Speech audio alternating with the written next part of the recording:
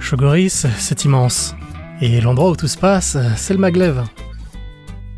Dans le Maglev, il y a des cours de langue, des cours de cuisine à la façon chogorienne. Pour voyager ici, il y a la transe, le cheval ou la moto. Mais mon dada à moi, c'est le Maglev. Sur Chogoris, il y a des Maglevs qui traversent l'hiver, affrontent le désert de Kusilkwan et permettent de boire un bon thé en admirant la steppe d'Altak. Le Maglev, c'est pas mal. Chogoris. Juste en prononçant son nom, un seul mot, et on est déjà très loin. Cette planète m'a toujours fait rêver. Une planète immense, quelque part entre le Milestorm et l'Ultima Segmentum, grand comme 3 fois Mars, et seulement 10 millions d'habitants. Côté Maglev, la principale et quasi unique ligne passager va du nord au sud, et c'est un voyage exceptionnel. Le point de départ de la plupart des voyageurs, le gros spatioport de la planète, c'est celui de la capitale, Kanzu. Quanju, comme on dit ici. Quand on arrive sur une planète, c'est parfait pour apprendre l'alphabet. On voit que le U se dit OU, ou que le Z est en fait le J du bas gothique. Vous voyez ? 2 lettres déjà, et je viens juste d'arriver. Ça y est, me voilà dans mon tout premier Maglev chogorien. Une petite étape pour commencer, 2 heures de voyage en direction de l'Est. Mais surprise, sur Chogoris, pas besoin de rouler bien longtemps pour atteindre les immensités. Chogoris est l'une des planètes les moins densément peuplées de l'Imperium, avec pas plus de 2 habitants au kilomètre carré. Alors très vite, tout autour, c'est la nature. Une bonne ambiance règne dans le Maglev. Les passagers jouent au shonk pour passer le temps. Sur Chogoris, les gens sont si peu nombreux que dès qu'ils ont l'occasion d'être ensemble, ils le font. Les wagons ouverts permettent la rencontre et l'amitié. Les Maglev chogoriens sont chaleureux et pratiques, leur aménagement intérieur est inspiré du design Ravichol d'Ultramar. On peut transformer des banquettes en couchettes pour un voyage confortable, avec suffisamment de place pour les bagages. Si vous voyagez en famille, c'est spacieux et bien conçu. Et si vous souhaitez quelque chose de plus intime, les banquettes peuvent aussi se transformer en un petit coin pour boire une tasse de recaf. Je suis arrivé à la gare de Kitankor, dans les étendues de Karbal. Les gares ici sont souvent au milieu de nulle part. Pour continuer la route, il n'y a pas vraiment le choix. C'est Rhino reconditionné, un des moyens de locomotion préférés des chogoriens. Et je vais très vite comprendre pourquoi un char chenillé est utile. Un véhicule tout-terrain est indispensable ici. J'ai un rendez-vous pas comme les autres, en pleine nature, au milieu des montagnes et du vent. Un rendez-vous avec une famille de nomades Khitan, en plein déplacement. Bonjour, vous allez bien ? Oui, merci. Vous allez où comme ça, avec toute la petite famille ? En fait, à chaque saison, on change de lieu. Là, on se dirige vers un campement plus en altitude pour y passer l'été et installer notre yourte. Et pourquoi vous devez changer d'endroit ? En tant que nomades, cela fait partie de notre culture. Nous vivons avec les animaux et la nature, alors nous devons nous adapter à notre environnement. Aller là où il y a des pâturages, de l'eau et une bonne température. Mais Chogoris, c'est immense. Vous pouvez faire combien de kilomètres comme ça ? Beaucoup, jusqu'à 70 ou 80 kilomètres. Je remarque alors le curieux animal qui tire le chariot des Khitan. C'est curieux comme animal, c'est un grox. Il est cornu comme un grox, mais il a une bosse. Ce n'est pas un grox Zoras pur, il a été croisé avec un argax. Quel est l'intérêt de croiser ces animaux ? Il y a 2 avantages. Le grox est très résistant et peut manger n'importe quoi, et l'argax est plus fort. Alors en croisant les deux, on obtient un animal à la fois fort et résistant. Nous sommes arrivés au campement, et les meubles sont déjà installés. Peu de gens connaissent cette part de la culture nomade chogorienne, mais ici, on commence toujours par poser les meubles avant d'installer la yourte autour. On met un revêtement à base de laine de demi-pack sur le toit pour résister au froid, et en hiver, on peut même doubler ou tripler l'épaisseur pour mieux se protéger. Tout va super vite, je suis impressionné. Maintenant que tout est prêt et qu'il se fait tard, ils m'invitent à partager un repas avec eux avant d'aller se coucher. C'est vraiment gentil et ça donne envie. Dans la yourte, tout se passe à l'intérieur, comme dans un cocon tout chaud où on se sent bien. On partage tout, on y dort, on y vit, et on y mange avec toute la famille. Ce sera ma toute première nuit en yourte. J'ai l'impression douce d'être à la fois protégé, entouré et en pleine nature. Le lendemain matin, surprise totale, le paysage est complètement différent, la neige est partout. Les Shogoriens disent souvent qu'ils ont les 4 saisons en une seule journée, donc une petite neige au début de l'été, ça n'a rien de surprenant. On me salue en ce début de journée par l'abattage d'un demi-pack. Pour les nomades, élever les animaux signifie aussi les manger, car ils n'ont pas d'autre choix. Ils ne voient pas la différence entre acheter la viande dans un magasin ou élever leurs propres animaux. C'est le cycle naturel de la vie. Je vais donc assister à la préparation du kusilbog, une façon très particulière et traditionnelle de cuisiner sur Chogoris. Ici, il y a très peu de légumes car le sol est peu fertile et les conditions météo souvent difficiles. La viande est donc le plat de tous les jours, prisé pour ses apports en graisse et en calories, nécessaires pour résister aux conditions rudes de la vie nomade. Ce que l'on voit ici, c'est la peau de l'animal qui est utilisée comme une casserole. On enlève tous les morceaux de viande et les os que l'on a découpés, puis on les remet à l'intérieur de la peau. Des pierres brûlantes sont ensuite alternées avec les morceaux de viande pour bien les mélanger et éviter que les pierres s'entassent à un seul endroit. La peau est refermée, créant ainsi une sorte de cocotte minute poilue. Le processus est incroyable, les pierres font cuire la viande de l'intérieur, mais il est aussi très important de chauffer depuis l'extérieur pour que la cuisson soit homogène. C'est la méthode de cuisson la plus dingue que j'ai jamais vue. Une fois le plat prêt, on partage un moment spécial en famille et entre amis proches. On commence par serrer une pierre brûlante dans la paume de la main, un geste honorifique pour remercier le Khan, la figure tutélaire de la planète. En tant qu'invité, j'ai le choix du premier morceau. La viande de demi-pack a un goût plus fort et authentique que le grox et il n'est pas dilué par d'autres ingrédients. C'est ainsi qu'il l'aime ici. Vivre en nomade, ce n'est pas seulement se déplacer, c'est être tout le temps ensemble et dépendre de la nature. Les nomades trouvent leur force dans la communauté, ce qui leur permet de surmonter les aléas de la nature. Ils apprécient cette vie loin des contraintes urbaines et préfèrent la liberté qu'elle leur offre. Pour eux, la liberté est essentielle. Ils aiment se sentir libres avec leur yourte et leur famille. La liberté, c'est exactement ça. Ici, le sentiment de liberté est une sensation physique, palpable. Pas d'arbitesse, pas de règles, pas de barrières. Une nature infinie et l'impression de pouvoir aller partout, où l'on veut, sans contrainte. Je reprends mon voyage sur la ligne magnétique. À la petite gare de Kitankor, maintenant sous la neige, il n'y a qu'un seul maglev par jour et il ne faut pas le rater. J'adore la sensation du maglev qui ne s'arrête que pour moi. Le voyage continue vers le car vide. Il fait froid dehors, mais à l'intérieur du maglev, il fait très chaud, comme dans un sauna. Ce chauffage au Prométhéum, sans subtilité, chauffe tout le wagon et j'ai du mal à respirer. Je discute avec un passager qui lit un roman passionnant. Il m'explique que bien que le shogorien soit difficile à prononcer pour les étrangers, surtout certaines lettres, cela les amuse toujours de les entendre essayer. Le shogorien s'écrit en hiératique, le même alphabet que le haut gothique, ce qui ajoute une difficulté supplémentaire pour les étrangers habitués au bas gothique.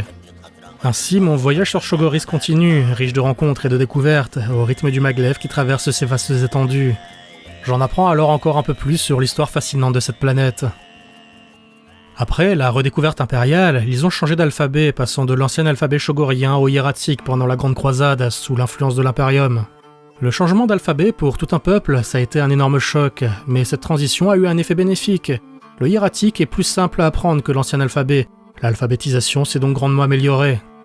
Aujourd'hui, tous les shogoriens savent bien lire et écrire grâce à cette réforme. Après avoir remercié et salué mes compagnons de voyage, je poursuis ma route au travers de la steppe du quart vide. Ces immenses prairies qui, selon les habitants, sont le berceau de la plus belle conquête de l'homme, le cheval. Cet animal étrange, originaire des steppes, aurait été domestiqué par les ancêtres des Shogoriens il y a plusieurs milliers d'années. Aujourd'hui encore, des chevaux vivent en liberté dans ces paysages immenses. Pour aller à leur rencontre, le moyen le plus simple, c'est la moto.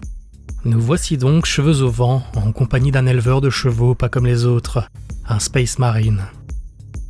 Passé la surprise de cette rencontre inattendue, il m'explique qu'il y a environ 600 chevaux dans ce troupeau, qui appartiennent tous à Kumkarta, la forteresse monastère des White Scars, son chapitre, au nord de Kwanju. La majorité de ces chevaux sont destinés à des courses rituelles dans la steppe sur de longues distances. Les chevaux, bien que semi-sauvages, sont plus heureux ainsi, car pour un cheval, le bonheur, c'est de courir librement dans la steppe. Le Space Marine me montre comment il attrape les chevaux sauvages en coursant le troupeau à pied. J'ai bien du mal à le suivre, même à moto. Il m'explique que le plus difficile est de suivre le cheval sauvage au galop tout en restant à la bonne distance et de lancer le lasso au bon moment. Après 2 heures de poursuite, il réussit enfin à attraper un cheval. Le Space Marine me montre comment le tenir par la crinière pour l'apprivoiser et le dominer, mais je n'ai pas sa force et je n'ose pas essayer. Et elle me rassure que même s'ils apprivoisent les chevaux, ce n'est que pour les habituer à l'homme, ceux-ci restent libres avec les autres chevaux dans la steppe. L'éleveur guerrier est heureux et fier de son rôle honorifique, car il partage avec ses chevaux une liberté qu'il tient de son primarque. Après cette incroyable chevauchée, je me rends compte à quel point la liberté et la connexion avec la nature sont profondément ancrées dans la culture shogorienne, et même dans celle des anges de l'empereur qui la protègent. Mon voyage continue, enrichi par ces rencontres et ces découvertes uniques. La ville commence à me manquer un peu, je décide de me rapprocher un peu de la capitale.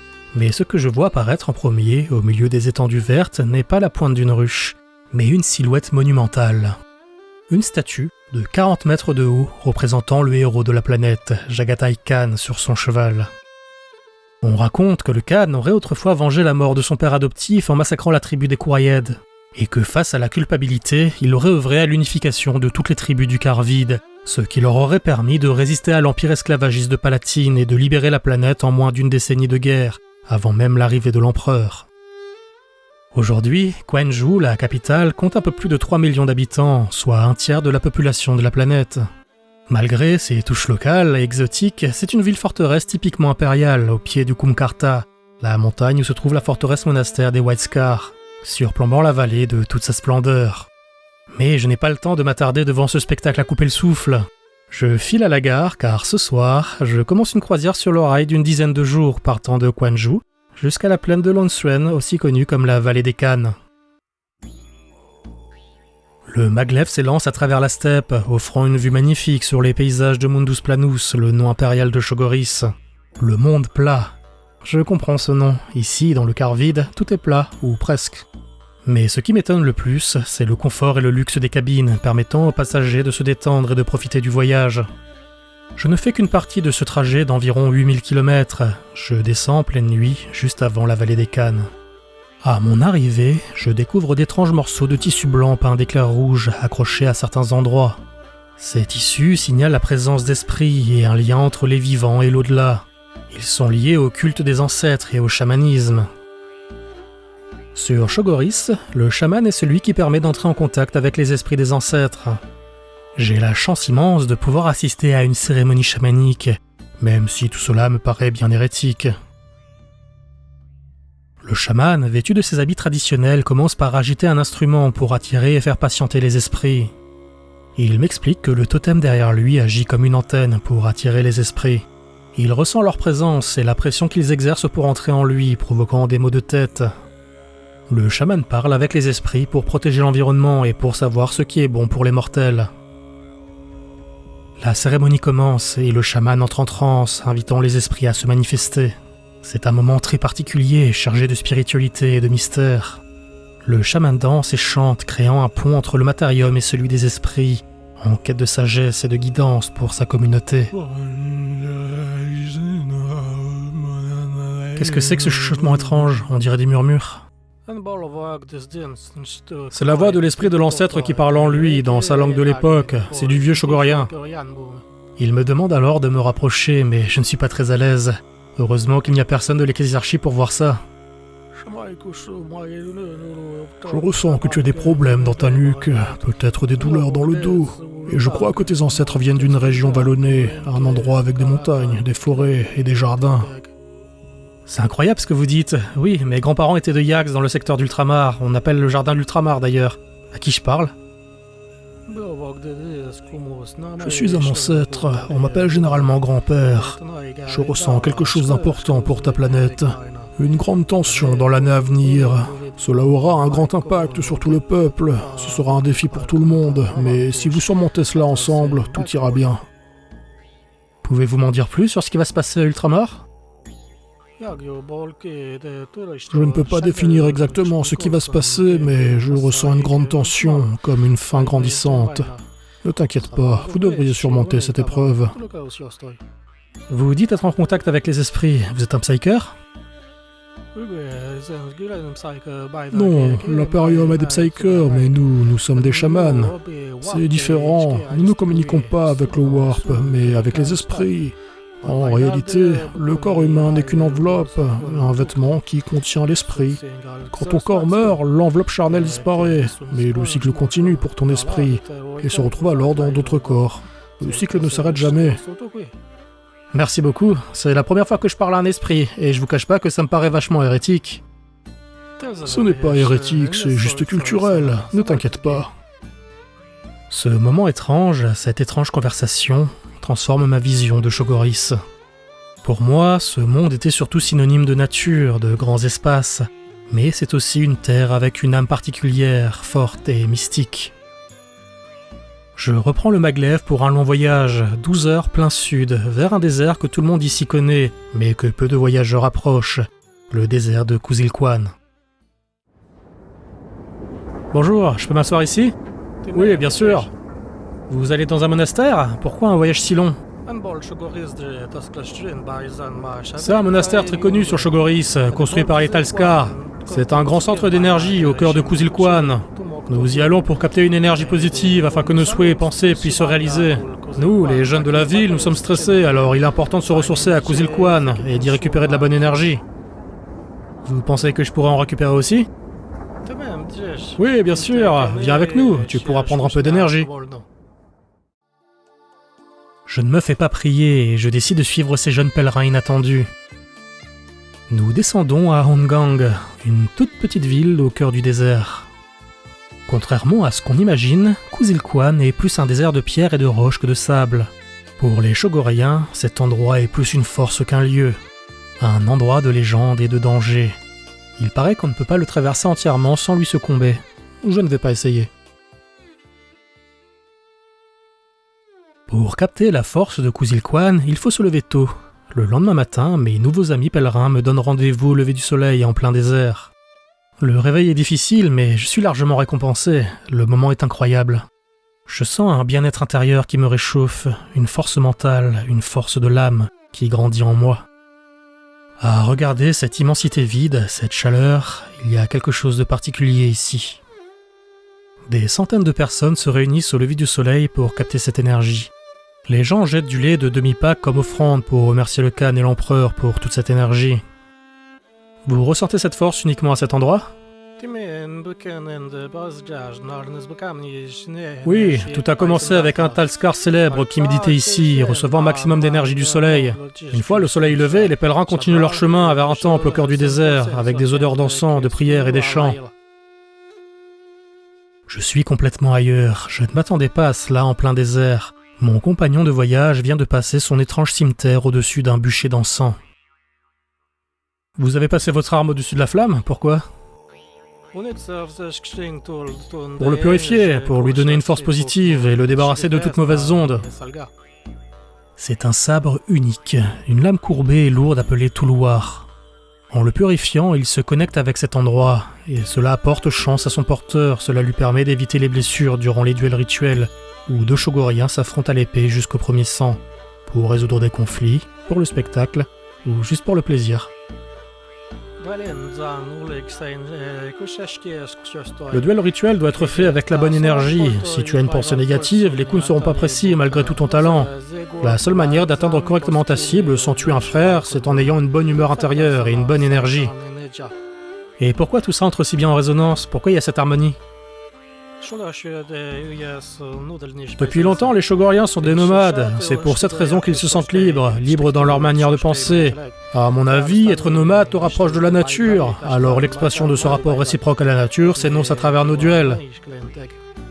J'ai rien compris, mais merci beaucoup, c'est un super moment. Franchement, ce moment avec le soleil qui se lève, l'énergie du soleil au milieu du désert et cette musique, c'est une harmonie merveilleuse. Je me suis longtemps demandé ce que l'on ressentait en arrivant sur Chogoris. Les grands espaces, sans barrières. Le rapport puissant des habitants à la nature, au sacré de la nature, et cet esprit nomade, palpable, partout au quotidien. S'il fallait résumer tout cela en un mot, je crois bien que ce serait liberté.